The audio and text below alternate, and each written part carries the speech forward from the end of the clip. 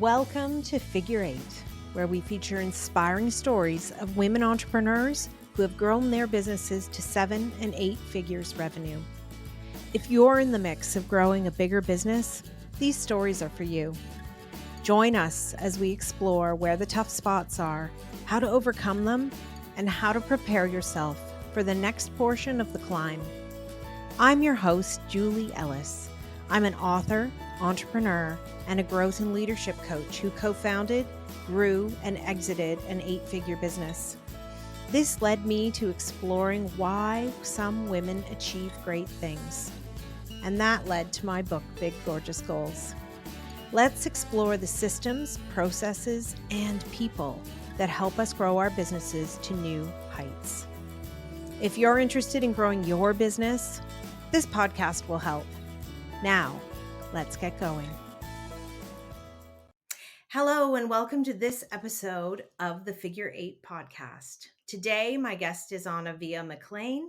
She is an expert in small business efficiency and growth, and she's the founder and CEO of Piccolo Solutions, a development firm providing businesses with numerous different ways to scale, from lead generation to workflow solutions, and they just celebrated 8 years in business.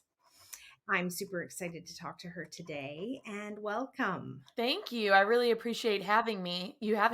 I actually realized you just read off my intro and I must have given you an outdated one because yesterday was my 10-year anniversary in business.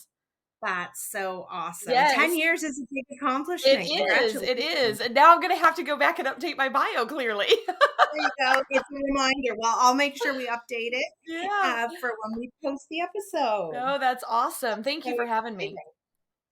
Well, I imagine that in the 10 years you've been doing this, that things have changed quite a bit in the landscape of helping people with these kinds of things. Just a smidgen. Yeah. Yeah.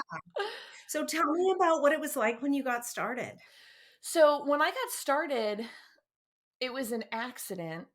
And I was applying for jobs, full-time jobs. My background was in hospitality and private country club management. And starting a company was really me looking at the market and seeing a hole, seeing an opportunity, networking with people and then coming up to me and saying, "Hey, can you help me make a brochure?" Or, I need to post on social media. I have no idea what to do for my business. I know you've got some experience. Will you help me? And so again, 10 years ago, we didn't have things like Fiverr and Upwork, right? And there weren't as many, anyone with a laptop could be a freelance marketer. And so small businesses were having trouble scaling with marketing or with systems because they didn't have a lot of resources that weren't really expensive.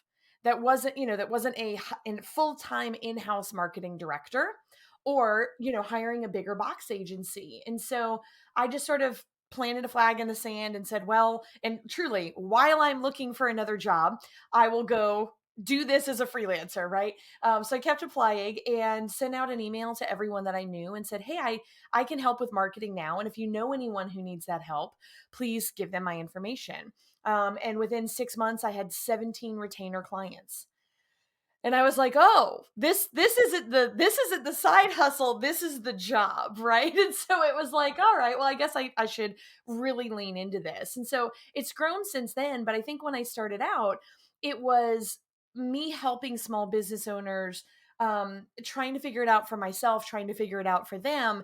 And it was, I will say, smaller is just the word, right? It was a lot more conversations about single line items of marketing. A lot of it focused on social media, and I would have to try to direct people towards foundational best practices around websites or even email marketing, a little bit more education around why those things were important. And now 10 years later, as people come to me, they're looking for a much more comprehensive approach because I think that a lot of those marketing silos have been proven at this point 10 years later. Mm-hmm. Well, and it's interesting because I think one of the challenges for small businesses is you can't hire all those expensive people. And marketing is one of those things where people have expertise, right? So although it might not be as siloed as it was, there are still different buckets of expertise that you want to bring. Absolutely. And hard to hire an agency when you're a small business Mhm. because often you're too small for what it is they're really doing. Right. Right. And that's where when I first started, I always say we now because I'm so used to having a team. But when I first started, it was literally me in a similar spare bedroom, right? But it was me saying, "Hey, I know that you can't afford that. And that's okay because I'm not a full agency, but I've got experience with running all these areas of marketing enough that I can help you where you're at." And then as we've grown, we've simultaneously added the full agency component, right? So I have all these experts in different areas, and so we can help comprehensively, but we've strategically created packages, group coaching, downloadable courses, and just opportunities for people to work with us even if they can't hire us for the full suite of services. Because I'm like, well, I was a small business owner once, and that's the reason I created the company was for those people. And so we want to continue to help no matter what level people are at. Yeah. And so what has that been like? I mean, you had 17 clients and then decided maybe this is the full-time job. Yeah. Maybe this is what I'm meant to be doing. And how did you decide to go from there to really growing? So I would say that that took another 12 to 24 months for me to go, oh, this is going to be a thing. I started with just calling a woman that I had worked with in my last job, and saying, hey, I know that you're in graduate school. Would you like a little virtual side hustle? And she said, yeah, that'd be great. I'd love to earn some extra cash. And she had done my marketing at the country club. So I knew she knew what she was doing. We worked together well. So I was just like, I'll just hire some part-time help.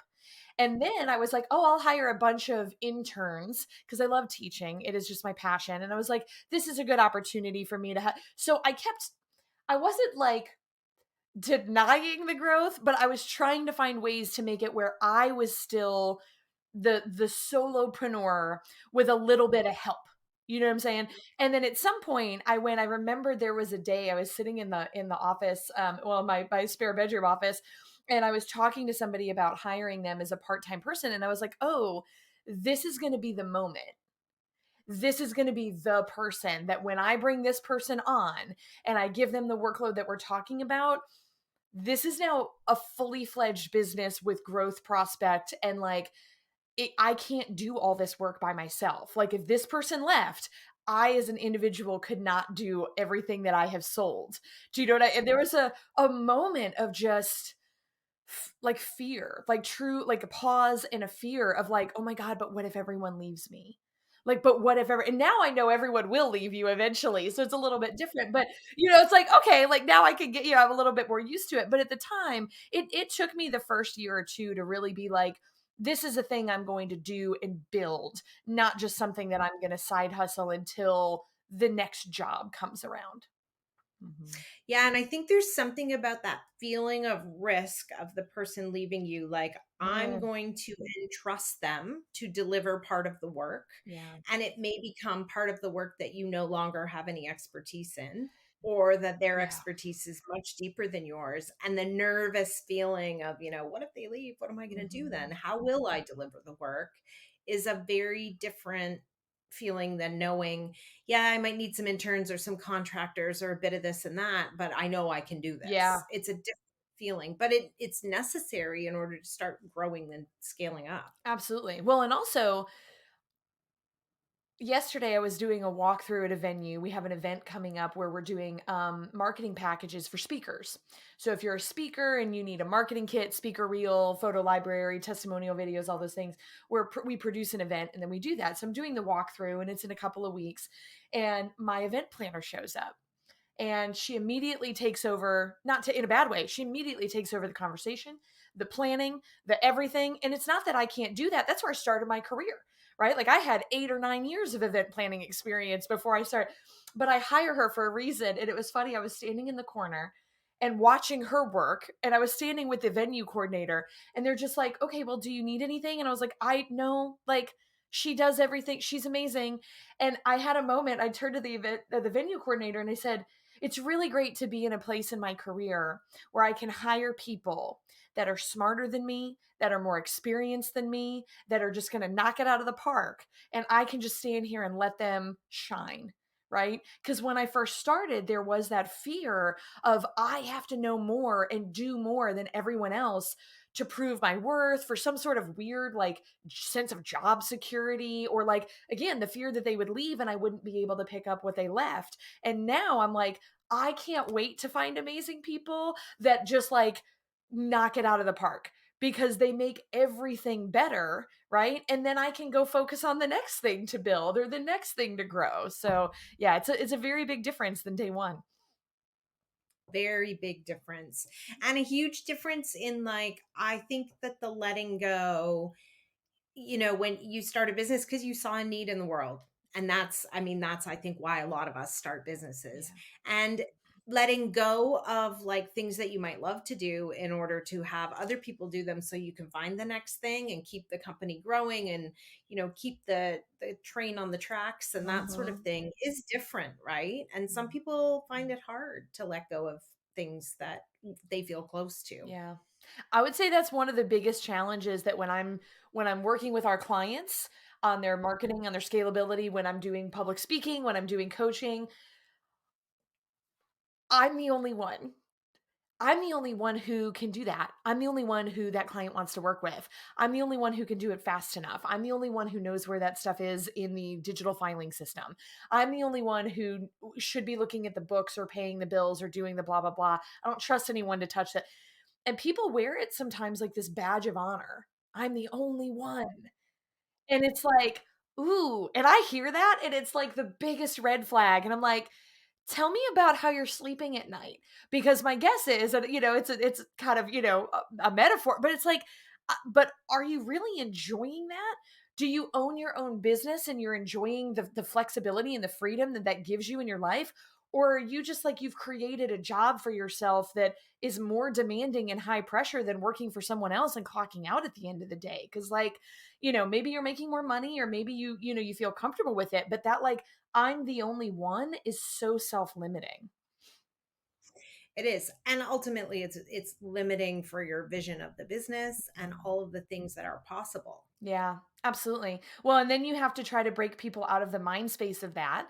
And that's where it gets into scalability, right? Marketing is part of that. You have to have more opportunity for revenue and for new clients or customers, but being able to scale your company internally by hiring help and making them successful. So many people are like, "Well, every time I try to hire someone it goes wrong." And when you dig a little deeper, it's like, well, I'm swimming in this sea of chaos. And I found the first person who is remotely qualified, drug them down into the ocean with me. And then I was really surprised when they didn't lift me up and fly me out of the sea of chaos. It's like, that's not how that works. Like, you have to train people. Like, With music playing, like, oh, like, oh. when does this happen? And like, right when have you really like put the shoe on the other foot? When have you been someone who's gone into another, somebody else's company or organization with no training, tools, resources, expectations, communication, and just magically done the job or fixed all the problems? Like, if you're the owner and you're the only one who can do it, why do you think that hiring someone else, they're just going to magically divine what you need when you're holding it so close to your chest? And so it is a challenge sometimes when we're working with people to say, you have to shift this mindset, right? Like, it's one thing to kind of say, hey, you hired us to do X, Y, and Z, we're going to do it, but you have to participate in this process or it's not going to work. And it is that piece of, like I often talk about with clients about how leadership's a practice. It's Mhm. not a destination or something you decide to do. It's like a constant evolution and betterment of yourself as a leader, because the business is growing and changing Mhm. also at a constant pace. Every day, every day. Like, I tell my team because I listen to a lot of audiobooks while I run or while I'm walking my dogs, and I sort of in my head I have this little vision, this little like mental image of me like traversing a jungle. And I've got like one of those little hats on, like, the cute hats, the little like little jungle explorer hat, and my backpack and my map in front of me and all this stuff. And I've got my whole team of people behind me, right? All of my team members behind me, let alone my clients, like they're behind them, right? But I'm the one who's leading. And I have this map, and if I don't continuously focus on my own improvement, at some point, the people behind me are going to pass me, right? And that doesn't mean I have to be more knowledgeable about everything that they do, right? Like every team of expeditioners, is that a word? Expeditioners? Adventurers. I'm gonna switch to adventurers. Yeah. Every team of adventure, you have to have people on the team that are skilled in different things, but like I need to constantly be learning and growing so that I can always be leading, because otherwise I'm gonna get to a point where they're not getting anything from working with me anymore. And then I'm gonna lose really great people because I was like, oh, I hired someone and checked it off the list and then I thought I was done being a leader. That doesn't help anybody. Yeah. No. No. And I think how you are as a leader in those early days, like when you hired your first Mhm. part-time person, it is a more collaborative kind of environment where people are solving problems as a small team and figuring out where to go next. But there's some point where you do have to take the map and Mhm. start leading everybody forward. And that's a big change and a big shift, I think, as businesses grow. Yeah. And it's when I think about my role as CEO, because let's be honest, I called myself the CEO day one. What I was the CEO of, I'm not sure. It was like of me in my spare bedroom, right? But now, 10 years later, I do have a team of people. I have a leadership group. I mean, I promoted the three most experienced members of my team about a year and a half ago to be a little leadership group so that they can run day-to-day operations. And to your point about collaboration, that works the best for my team. Rather than hiring an external person and naming them the COO, I knew that wouldn't work because they wouldn't capture the culture and the I'm like, no, you guys are already running it. Let me give you the authority to do that. So it worked really well. But when I shifted into a true CEO role, my business coach gave me some really great overview as to what that role looked like. Because I'm like, Hannah, I'm used to checking things off a list every day, just like everyone else, right? And those tasks might include leadership or biz dev or what, but I'm what is this new thing where I'm not in the project management system? What does that look like? And she said, clear vision. She was like, as a CEO, it is vision casting, and you have to make sure that there's clarity. So as you're leading those adventurers, she talked about visibility for the company and business development, right? Selling, understanding and managing financials, and leadership development. And when she gave me those sort of 5 key focuses, now everything that I do is, oh, okay, this fits into this bucket. Right? But clear vision is one that it doesn't matter if you're day 1 in a business or year 10 in a business, if you can't clearly articulate the vision you have, ain't nobody gonna follow you. Right? Like, where are we going? That seems dangerous and confusing. I'm gonna go over here, right? Like, so you have to have that no matter if you're the day 1 CEO or the 10-year CEO. Well, and it makes me think about how, like, when you made that step and became the CEO, in some ways it's not different than the entrepreneur who hires the first employee and has to start the process of letting go. Mhm. And not only in that letting go are you allowing someone to do their job, but you're also building in the right checkpoints and the right oversight to make sure that you have a good sense that things are happening the way you need them to. Yes, all of the systems. All of the systems. I joke that systems are my love language, but when I try to explain to small business owners what I mean by like scalability and systems, because when you say that to someone, like, yeah, our company can help your company scale. That means so many different things to so many people. And historically, my company has been a marketing agency, right? And so they think about it in terms of the opportunities or revenue, right, of like new business, but the scalability really comes in the dense part of the P&L. Like, where are you spending your money? How much turnover do you have? Right? Like, where are you putting efficiencies into place to reduce the amount of, waste or time that so that's where I look at both. It's like it's top line revenue, sure, but it's also all this stuff in the middle. And so the example is, yeah, I sold a whole bunch of marketing and in the first 6 months I had 17 clients. It's not feasible for one person to manage all of the marketing for 17 companies. So when I hired someone and said, hey, I need you to help me, for example, with social media, I couldn't just say, go do the thing, because who knows what she would have given me back. I had to create systems. Here are the 10 or 12 steps every month that you have to take to execute this client's social media, because that's what I already sold. That's the deliverable they're expecting. This is the time frame that we have set in place. Here's the content calendar we use. Here's a quick little video to explain to you who the client's talking to. Here's a marketing strategy doc. This is the messaging.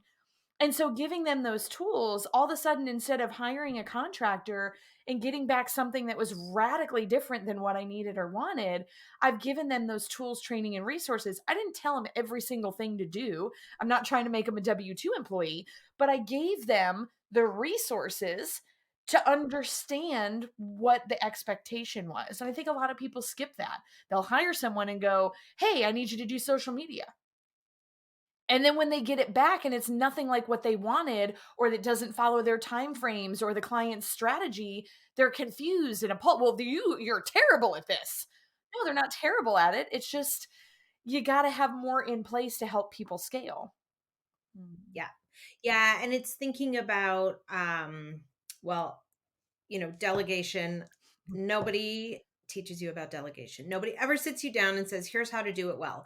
And all the things you're talking about are about doing it effectively. And when we don't do it effectively, that's when we're like, oh, I'm going to have to really, really oversee this. It's where like our secret micromanager comes out, right? Yes. And we're starting to be like, oh, I need to know every 5 minutes how this project's going. And that's like a real recipe for disaster around keeping any kind of quality employee. Yeah, absolutely. Well, and that's the challenge too, is that if you're depending on what your work environment is, we've been remote since day one. I feel really strongly about the way that level of flexibility um, contributes to people's lives, right? And the way that they can have, and myself, the way we have work-life balance. Last year, we started doing a 4-day work week. And so, so adjusting has really changed. If you've ever heard that quote, however much time you have is how much time it will take. You heard that? So like if I told you that I'd love you to, give a public presentation, a speech 4 weeks from now, you're going to go great. And you're going to work on that about 3 or 4 days before that speech, right? If I said, hey, that same opportunity is available to you tomorrow, you're probably going to stay up tonight and get that presentation ready, right? However much time you have is how much time it takes. And so what we found is that by giving people these resources, by saying, hey, we're going to do a 4-day work week, we're going to have you work from home. I don't care where or when you work, as long as you're communicating clearly and you're meeting your deadlines. That means people are working at 10:30 at night. But I'm not available at 10:30 at night to answer their questions. So by having these tools available, it facilitates their success, right? You don't have to come, well, now I can't work on it because I have to wait until Anna-Vija is available to ask her the question. I don't need to micromanage because I already data dumped everything out of my head, put it into training videos and checklists and templates, an example best practices guide, and said, here, go learn. And then if you have a question, come to me. Right. And so like it really facilitates people's flexibility and their ownership of a project. They feel much more comfortable when they've learned to do something than if they just have to ask you what to do every step of the way. And it's so important, those processes, because really scaling is about getting better and better at doing the same thing over and over again. Yeah. And so that was actually one of the interesting things when I wrote my book, and the women that I interviewed, process and systems and third people were the inevitable theme in everyone's story of how they're able to do such big things. Yeah. And again, I think that when people are looking at scaling a business, they think about selling more. Right? When I just need to sell more. And the more, and don't get me, I mean, yeah, like money fixes a lot of problems, but also like if it's built on this really like shaky foundation, at some point you're going to break, right? And like all of that money that you have, I mean, I've seen marketing agencies grow a lot faster than my company has, and the owners be miserable, right? Because they haven't built these systems, they haven't hired great teams, they're trying to do too much on their own, and or the company falters, the company fails, it doesn't, or it goes out of business, they choose to let it go. And that's hard, because people don't want to think about that. A lot of times we look at those vanity numbers and we think like the bigger gross revenue, the better the company. And it's like, is it? Or like, is profitability good? Like, I kind of feel like that's the better number to focus on. And a lot of profitability is around your efficiencies and your systems and the people that you're using to get things done. Definitely. Definitely. Now, when you transitioned into the true CEO role, Mhm. how did that change the work you do on the vision you have for the company and on the sort of like where you're going next? And Yeah. how'd you fill that up? So I have always been, I don't know if you could tell, I've always been pretty extroverted.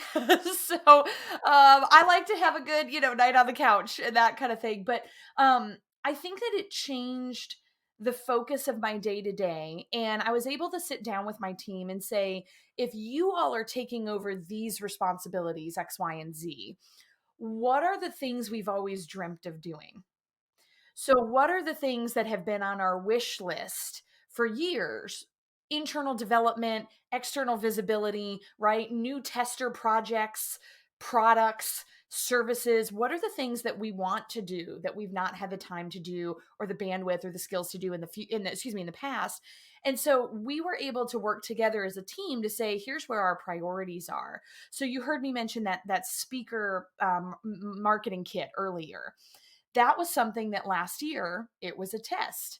A friend of mine came to me and said, "Hey, I would love to have a marketing kit." Her name is Rosa Castano. She is a powerhouse for like well-being in the workplace. And she said, "Anna-Vija, I need this speaker kit, but I'm not really like it's going to take more manpower to get that done. And I know that you have some of these connections."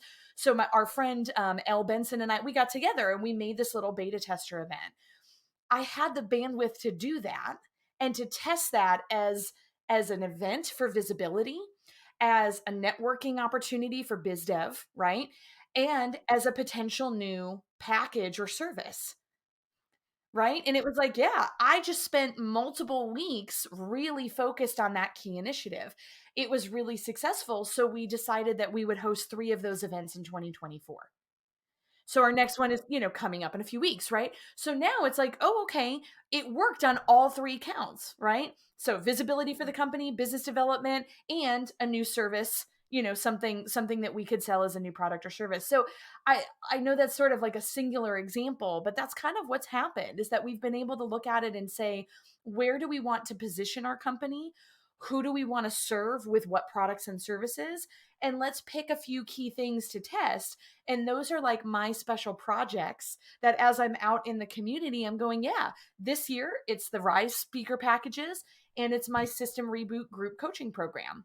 So outside of my normal marketing, these are the 2 things that I'm working on. We're going to see how they go, right? But it gives me something to sort of play with. And then there's more fun and creativity behind the scenes as my team and I like launch the entire marketing kit for those individual, initiatives and things like that. Yes, but also interesting that it's given you so not just the special product projects, but the white space to kind of dream and Mm, imagine. Like, so what if we put in the parking lot? What can we pull from there? What might be new and different that we haven't even dreamed up yet? yeah. It's giving you that opportunity to devote yourself to imagining what is next. Yes, and that was something that but we have these things called Kickstarter packages. You heard me mention we do full services, but we also have developed these opportunities for small businesses that need a little bit of help but aren't ready to hire a full-time agency, right? And our most popular one was kind of an accident born from the white space. And it was, this was right after the pandemic, right? So we had gotten this new leadership team, but we were kind of trying to figure out, hey, people aren't signing these bigger retainers as often. What is it that they actually need? And we had the space to really assess our audience and what their needs were. And then with that space, we were like, hey, what they need is the guidance, right? They need us to look at everything they're doing, give them a report on how to optimize it, and then say, if your company was my company, here's exactly how we would market. And so we turned that into this thing called a marketing launch pad, right? Because it's kind of fun. Like, we're just going to launch your marketing. Here's everything that you need to do that. And now, a couple years later, it's our most popular package. Right? And so it's like this is something that like again, pre-pandemic, pre me being a full CEO, pre all those things, we didn't really see that. right, as an emerging trend. And then once it was like, no, let's stop and look at it and get kind of creative. Oh wow, here's an opportunity, let's test. And it very quickly became something that resonated with the audience. Mm-hmm. And that's where, yeah, that space is giving you the opportunity to look for emerging Yep. trends. Yep. And to look at the business too, like what are the different lenses you can put on the financials? Is there anywhere where, oh, suddenly people aren't signing as big retainers? Like when you take the time to dig in and see that versus all of a sudden in 6 months being like, something's going on, right? Oh, wait, where's the money? Yeah. Yeah. Well, and that's the thing too, is that what we found is that when we do the marketing launchpad, and I'm not trying to diminish the value, it's very valuable. But what we used to do is sign people, we would get married right away. So instead of dating, we would just, metaphorically, we would just jump right to a retainer because we would be able to look at them in the beginning and say, here's our best approximation of the services that we would start with in a phase one marketing strategy. But the first 4 weeks of any retainer was the launch pad. We still had to do the deep dive assessment. We still had to create an optimization checklist for ourselves. We still had to make the formal strategy and get the client's buy-in approval. All we did is we just chopped off the first 4 weeks of a retainer and we sell it separately now. And if people decide they want to walk with it, that's great. And if people don't and they say, gosh, look at all this work, I don't want to do it, what's the retainer? Well, great, then we could sell you, and then we credit them back for the launch pad because they already paid for all that, right? So like we give them their money back on the retainer, or excuse me, on the launch pad. That being said, 50-60% of the people that get a launch pad end up hiring us to do the work. Right. So it's like, But and I think it's an interesting idea because you establish your credibility, you give them value, they see if they like the recommendations and the advice they get from you, and you build that trust that enables them to say yes. And it might be yes to something where they were sitting on a fence saying, this is kind of expensive for me right now. And also, when I say dating, it does go both ways because we've had situations where when someone comes to me and says, hey, I need marketing help, I'm looking for X, Y, and Z, I can kind of look and go, yeah, I mean, I could sell that to you as a retainer right now, but it doesn't quite feel right to me. I'd like to explore it further. And we've had clients where we've gone back and gone, do not hire us. And they're like, "Oh, really?" And we're like, "Yeah, like we looked at it. You're actually doing a really good job with these things. And the things that you need to reach your goals, we're not going to be able to help you with. Let me introduce you to a PR firm. Let me introduce you to an event planner. Let me introduce you to my girl Sade. She's, she has an event company. She's going to, right? So like, that's what you need. And we're not going to do that for you. That's what we found out. And so we try to be very, again, both direction or multi-directional with that assessment, because if we're not going to be able to help them with a retainer, why would we sell it? Right. So some people are surprised. They're like, oh, you don't want to work with us? It's like, no, it's not that we don't want to work with you. It's just, we're not going to be able to give you any more value than you're already doing. Like, we don't want to sell you something that isn't going to do anything for you. Yeah. Yeah. Well, and ultimately that breeds loyalty also because they'll be a referral source Right. for you, or maybe there is a need in the future that you can work together on, and the chances of them coming back and asking you to help before someone else are going to be pretty good. Yeah. But the scalability there has been really interesting for my company because what we were doing, you mentioned about revenue projections, right? Is like we were holding out for those retainer clients. And as people were becoming more hesitant to sign retainers post COVID and, threat of a recession and those kind of things, it was impacting our long-term contracted revenue. And we can see it out 6 to 12 months. And we were going, goodness, right? And so bringing in this package allowed my company to continue to grow and scale, because it allowed us to have fresh relationships, even though the amounts were much smaller than our retainers, right? We were working with more of them. Right. And then again, 50 to 60% are converting to retainers. So it was like, oh, okay, this is a way that we can scale the business. So it was weird. It was like taking a step backwards in order to take 2 steps forward. It was like, wait, this doesn't make it, but I was happy it worked. But it was like, this didn't really make a lot of sense at the time. I mean, one of our team members, we play this thing, we play a game called Devil's Advocate. I don't know if you've ever heard of that. when we're sitting in brainstorming rooms, if we've all come to a mutual decision, somebody has to volunteer to be the devil's advocate and go. And it's always, I laugh, it's always my client services director, David, but he will be like, hey, devil's advocate, what if this radically different thing? Right? What if it's not what we assume? What if this bad thing happens? What if the result is completely different? Blah, blah, blah. Like we have to evaluate, the positive and the negative to make sure that our team has been, really thought something out. And that was one of the things. It was like, we're looking at these Kickstarter packages because we do one for social and SEO and email and the different areas, website assessments. And it was kind of like the devil's advocate was like, hey, are we shooting ourselves in the foot here by making it like too affordable, like too cheap? Is it too cheap? Or are we going to be spinning our wheels with a whole bunch of different clients and not really making as much profit? And therefore, are we going to run ourselves into the ground? And it was like, that's a really good question. Let's go test it. And so in the testing, we were aware of that, right? But we ended up having a scalability tool rather than a detriment. So interesting. And something that you gave yourself an easy exit door. So if it didn't work out, if all of your what ifs came true, you just exit out and move on to the next Yeah, we just don't sell that anymore in that case. Yeah. Oh, sorry, we don't do that anymore. Yeah. Yep. Yeah. No, that's a really great way of doing that test. So what's next for you? So like I said, this year we are working on, continuing our core foundation around marketing services for small businesses. I've got the Rise events that I'm working on this year, which I'm very excited about, and, helping public speakers. And then really, like I said, my other initiative this year and kind of our newest test is group coaching. So I have a lot of people, I'm sure you get this all the time too, Julie, who are like, oh my gosh, I would love to buy you coffee and pick your brain. Yep. Mm-hmm.